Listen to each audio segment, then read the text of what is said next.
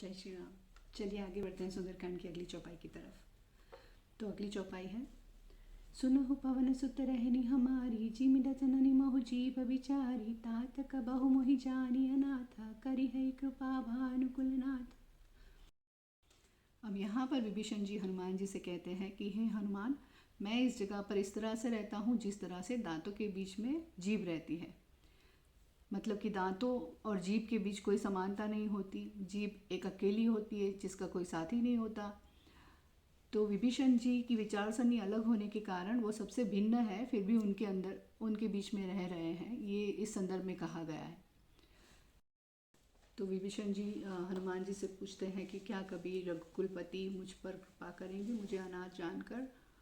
तामस तन कछु साधन नाही, प्रीति न पद सरोज मन माही, अब मोहि भाव भरोस हनुमंता, बिनु हरि कृपा मिलहि नहीं संता।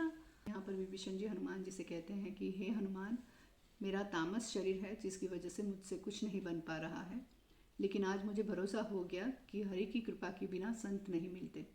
जब रघुवीर ने अनुग्रह किया है तभी आज आप मुझसे आकर मिल रहे हो।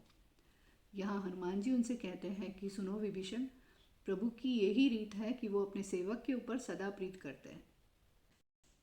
कबहु कवन मैं परम कुलीना, कपि चंचल सब ही विधिहीना, प्रात ले जो नाम हमारा, ते दिन ताहि न मिले आहारा। अस में अधम सखा सुनु, मोहु पर रघुवीर, कीन्ही कृपा सुमेरी, गुण भरे बिलोचन नीर। यहाँ पे हनुमान जी विभीषण जी से कहते हैं कि हे विभीषण, जरा सोचो, मैं भी कौन से किसी उच्च कुल का हूँ, मैं भी तो एक नीच वानर ही हूँ।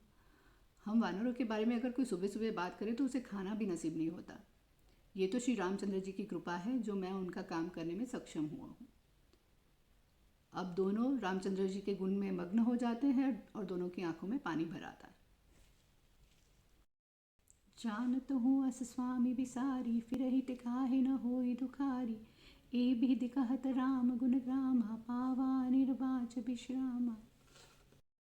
हनुमान जी कहते हैं कि हे विभीषण, जो इस सत्य को जानते हुए भी उसे भुलाकर, रघुपति जी को भुलाकर विषयों के पीछे भागते रहते हैं, उन्हें शांति कैसे मिलेगी, उन्हें सुख कैसे प्राप्त होगा। ऐसा कह के दोनों रघुपति के गुण को स्मरण करने लगते हैं और दोनों शांति प्राप्त करते हैं। पुनि सब कथा विभीषण कही, जेहि विधि जनक सुता तह रही, तब हनुमंत कहा सुनु भ्राता, देखी जाओ जानकी माता। अब विभीषण जी हनुमान जी को बताते हैं कि किस प्रकार से सीता जी वहाँ पर रह रही है। तब हनुमान जी कहते हैं, सुनो विभीषण, मैं सीता जी को देखना चाहता हूँ, मैं उनसे मिलना चाहता हूँ। जुगति विभीषण सकल सुनाई, चले पवन सुत विदा कराई, करि सोई रूप गयो पुनित हेवा, बन अशोक सीता रह जहवा। अब विभीषण जी उन्हें सारी युक्तियाँ बताते हैं किस तरह से वो सीता जी के पास जा सकते हैं, उनसे मिल सकते हैं। तो हनुमान जी फिर उनसे विदा लेकर वही छोटा सा रूप लेकर अशोक वाटिका की तरफ प्रस्थान करते हैं। तो अब अशोक वाटिका में क्या होता है वो जानने के लिए देखते हैं अगला वीडियो। तब तक के लिए जय श्री राम।